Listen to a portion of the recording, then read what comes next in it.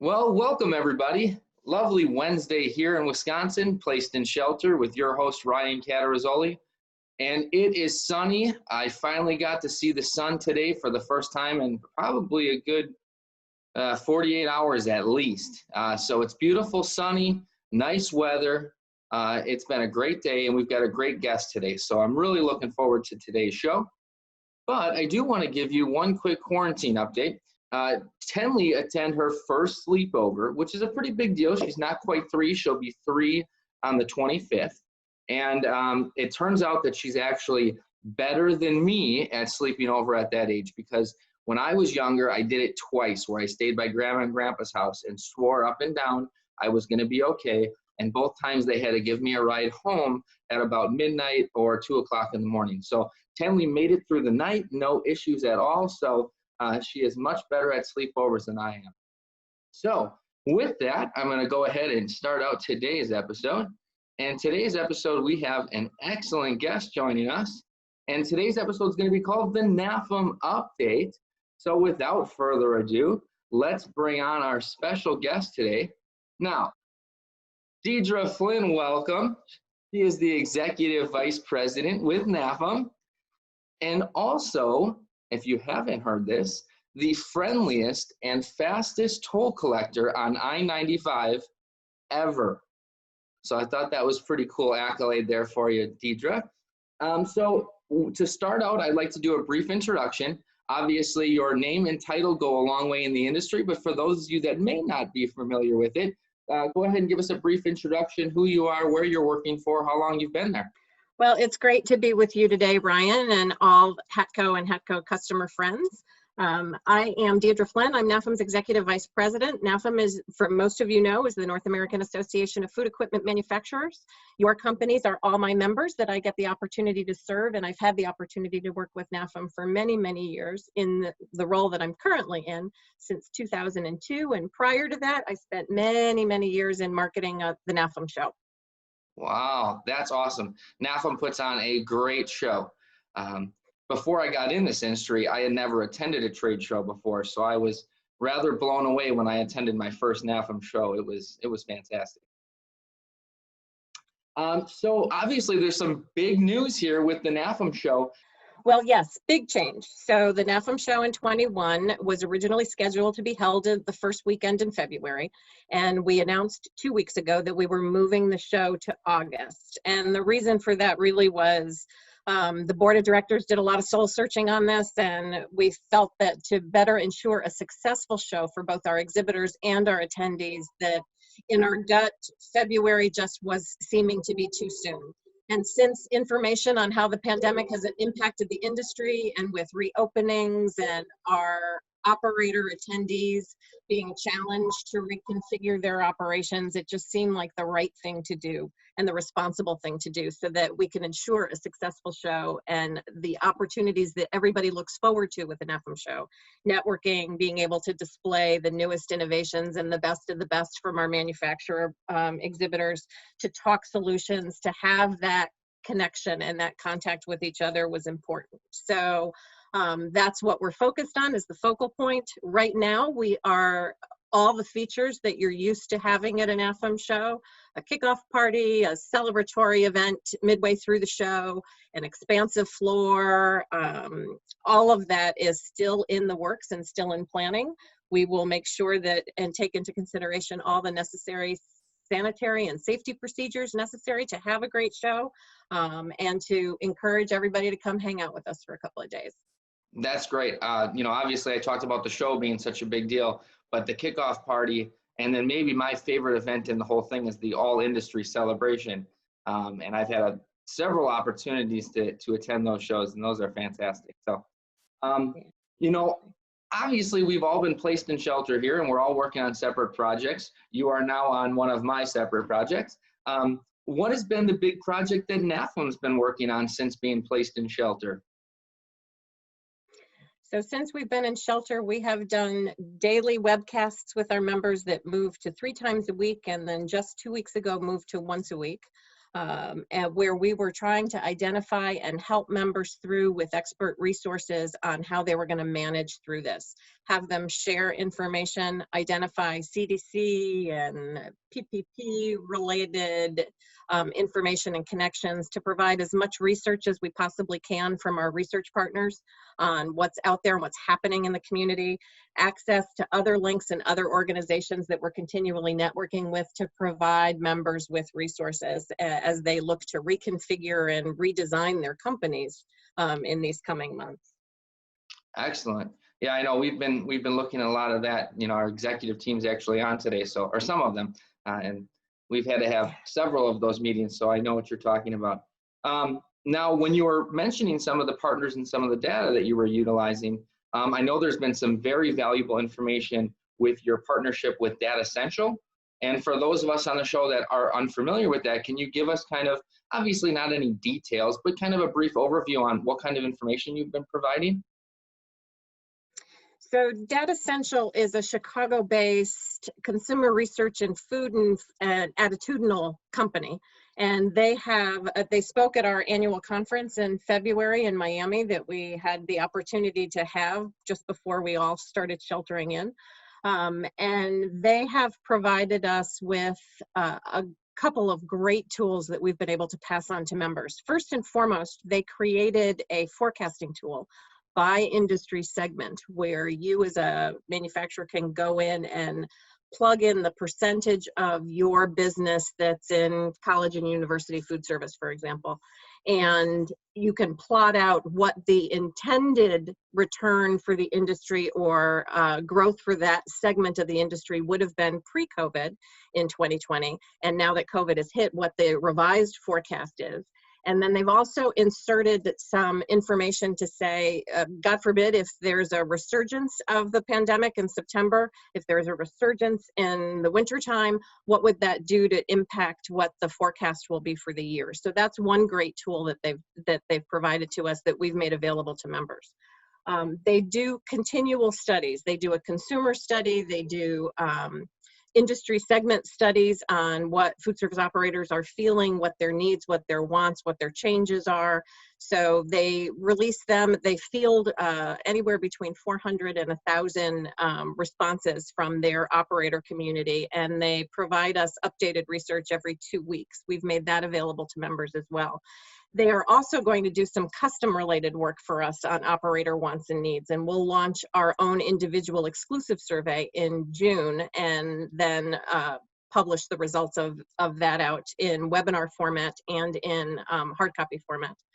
And on June 10th, their big operator study that's been out in the field that just closed last week, they will present to us the results of that big operator study and where they think food service is going to go in the future and what the major changes will be so that everybody can kind of do a little bit of different strategic planning and hopefully adapt. Wow. Yeah, the analytics now are crazy, and thank goodness for a lot of smart people out there, because Lord knows I just sell toasters. Mm-hmm. And you know, they're changing every day. I think the biggest challenge that we all have is, you know, at the end of March, as we talked about the show moving, at the end of March, it seemed like February was going to be okay. And that we all felt that by February, everybody would need that opportunity to connect. And it was remarkable that in 2 weeks, it started to give you a gut feel that that was not going to be the case and that the show needed to move. And I neglected to say earlier, you know, the show is also moving locations. New Orleans did not have space available for us anywhere between August and November to be able to host the show in New Orleans. So we're very sad to have to leave New Orleans, but we're grateful that Orlando had a hole in their schedule that we would fit into, because what people don't understand is you can't move a citywide conference and just say, oh, instead of doing it in February, well, let's do it in September instead. The infrastructure that you need to make that happen is too great. So if it doesn't happen in August of 21, it won't happen in 21, and it won't happen again in 23. It's the reality. Oh, come on. The cities aren't just going to put their cities on hold for us. We're big. They just don't. I know. We think we're important, but they just don't. Oh, I understand. I understand. For those of the people on the show and then on YouTube seeing this, if they don't have that Data Central information, is there someplace they can go to see that? Do they have to be a member? Is it open to the public on the website? It is open to the public on the website. So all of our resources that we've put together for members and for industry are on the homepage of the NAFEM website, which is nafem.org.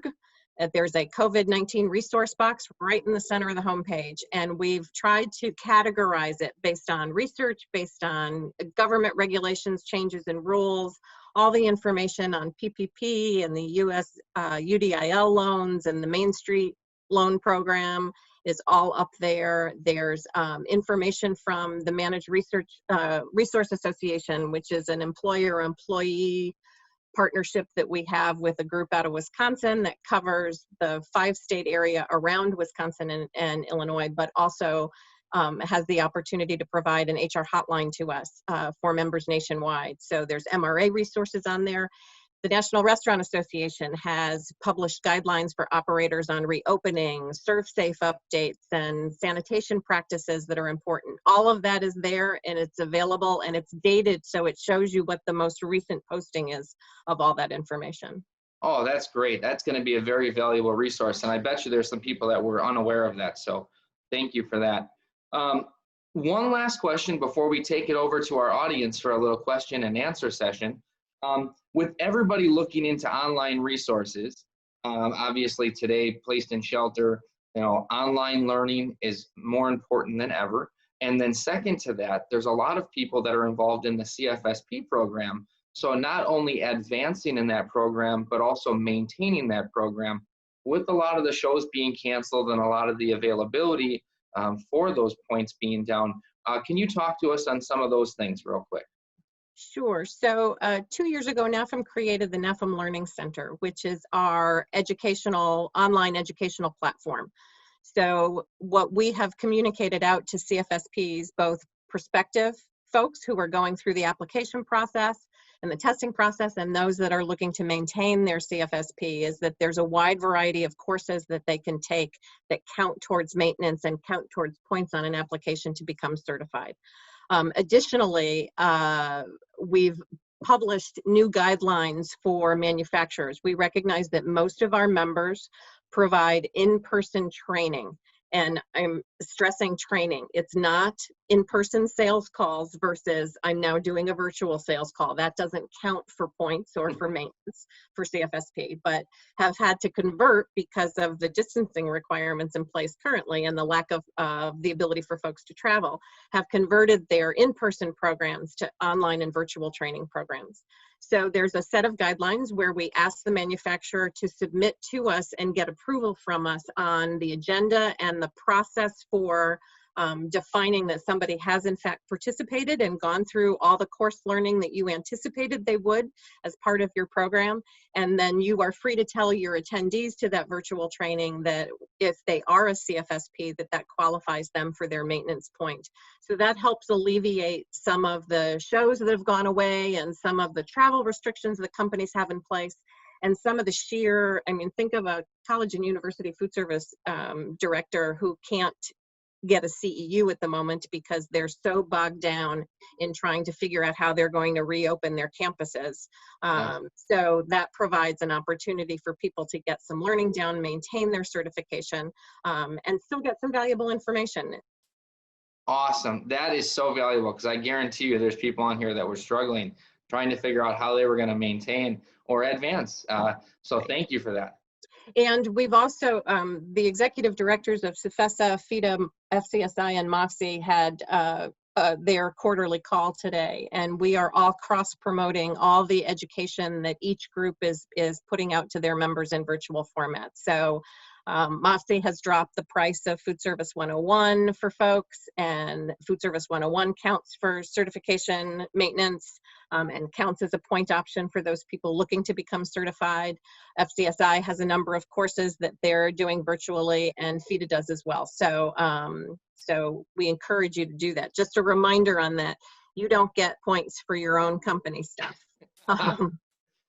It's kind of assumed that you know that because you work for the company. So, well, I'm trying to show them that I know a few things by doing these videos, but so, well, awesome. That's going to wrap up the questions that I have, but everybody familiar with the show knows at the end, we always do a question and answer. So we'll see if anybody has any questions out in the chat. The first one's already come in from Mike Whiteley. Please ask, please ask Deirdre how our relationship with Nokia is, especially after the show moved away from New Orleans. Any chance of doing a future event at Nochi, N-O-C-H-I? So our relationship with Nokia is terrific, and Nokia has been working really hard with NAFEM to try to figure out how we can ensure that NAFEM can go back to New Orleans. Our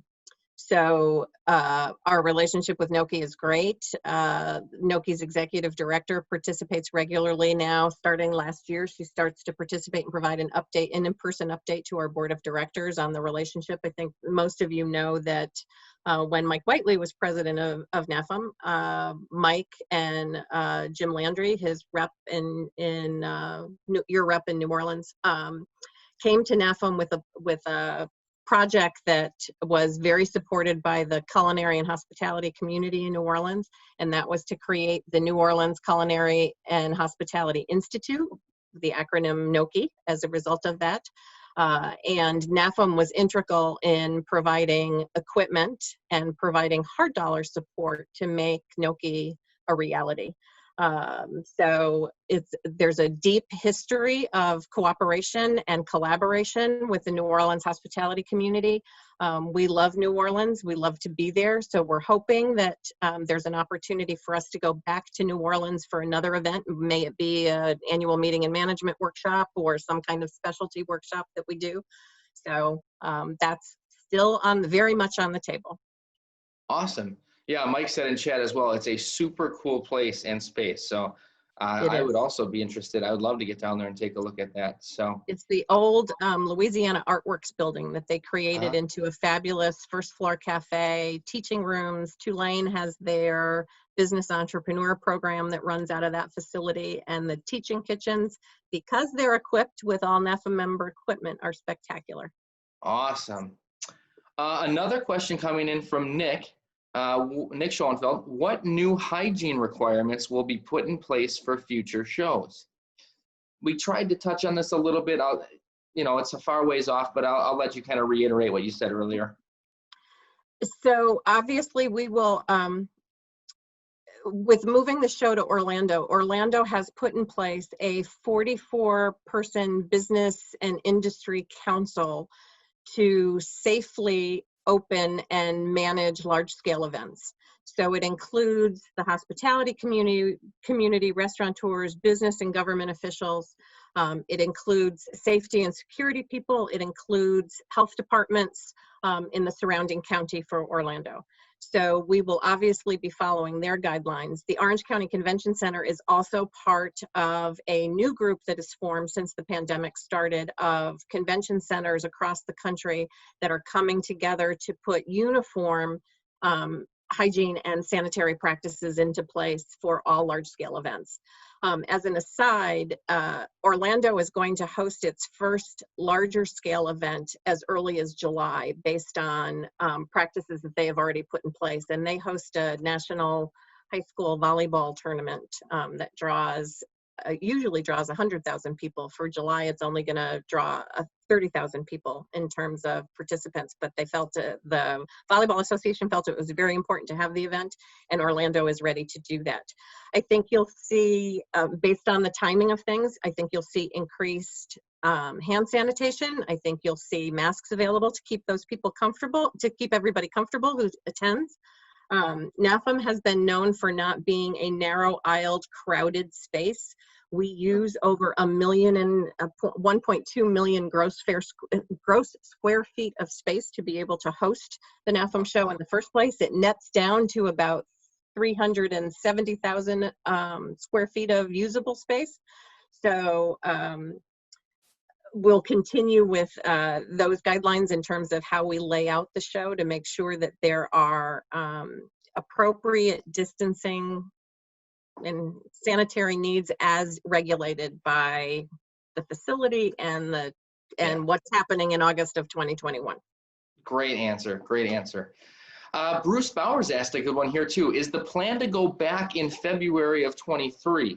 So get back onto the February schedule. Yes. This is a one-time move based on the situation that we're in. So the NAFEM show is committed to the first weekend in February. When we moved in 2009 out of the space, you know, for those of you that are newer to the industry, the NAFEM show always used to be somewhere between Labor Day and Halloween, and it moved around the country based on where it fit. At the time, there were a lot more facilities that the show fit into, but fortunately for us, the show has grown tremendously over the years. And the biggest question we used to get from people was, when is it and where is it? Because it moved around and was anywhere between those dates that I just mentioned. So in the early 2000s, the board of directors at the time started to have conversations about, was there an opportunity to move into a set time frame, just like the NRA show is always the third week of May. That was one of the obstacles that we were up against. And they reached out to customers, and customers told them that the fall time frame was especially difficult for the non-commercial side of the industry, that they were in final quarters of the year, they were cutting back, that things weren't changing, they had better flexibility if we moved to first quarter of a year instead. So we reached out to the facilities that we fit in. We asked whether or not we could have a consistent weekend. And at the time, Orlando was the only place that could provide us 5 consecutive shows from 2009 to 2019, I think that is. Yeah. 10, 11, 12, 13, to 13 Yeah. or whatever. So it turned out that after we did 2 shows in Orlando, members started to say, really? Are we always going to go to Orlando? Can't we move around? And fortunately, there was a hole in Anaheim in 2015. But we have outgrown the space in Anaheim, unfortunately, because we loved Anaheim as a location, and it was a great draw for the NAFEM show. So we are booked out until 2029 right now. We're working on 31 and 35 for locations because of how far out citywide conferences need to book and have space. So we will always go back to February. Like I said before, if for some reason August is not doable in next year, there will not be a show not likely to be a show in 2021, and then we would go back to February in 23. Wow, I had no idea. That's cool information. As long as I've been in the industry, it's always been in February. So I didn't even know there was a time when it moved around. So February. Great stuff. For sake of time, I do want to throw it to you real quick. Any last parting messages you have for everybody? I know everybody's anxious to get back to what's going to be the new normal, even though those words are overused. I think my only hope is at the beginning of this, we were all a lot kinder and gentler to each other than we've become in recent weeks, because we're all antsy and everybody has cabin fever and we don't know what to expect and it's unpredictable. So I hope moving forward, everybody keeps that kindness and that gentleness and that sense of collaboration with each other as we move forward to rebuild the industry again. That is a great message. Thank you again for joining us today. It's really been a pleasure. Thanks, Ryan. It's nice to see everybody. We love Hatco. All right. And with that, we'll take you to everybody's favorite part. We have our memes for today. Couple of quick ones here. I don't have to do any homeschooling, but if you've seen Tiger King, this seems to make sense to me. Homeschooling your kids, 8 a.m. Hey, all you cool cats and kittens. And by 8:05, guess what? We're moving on. How about this one? I hope they allow us off lockdown by July 4th so we can celebrate our freedom. And last but not least, this one doesn't even need a caption. This is the new reopening here, and this will keep you at your proper social distance. So thank you once again to our special guest, Deirdre. It's been a pleasure. I really appreciate it. For anybody joining us on YouTube today, if you do want to catch us live and be a part of the conversation, same time, 3 p.m. Central Time, Monday through Friday. You can use the link in the description below. If you are subscribed, remember to hit the bell notification in the corner. That'll let you know every time we post a new video. And show us you're enjoying the content by liking, sharing, and subscribing. Thanks, everybody, and have a great day.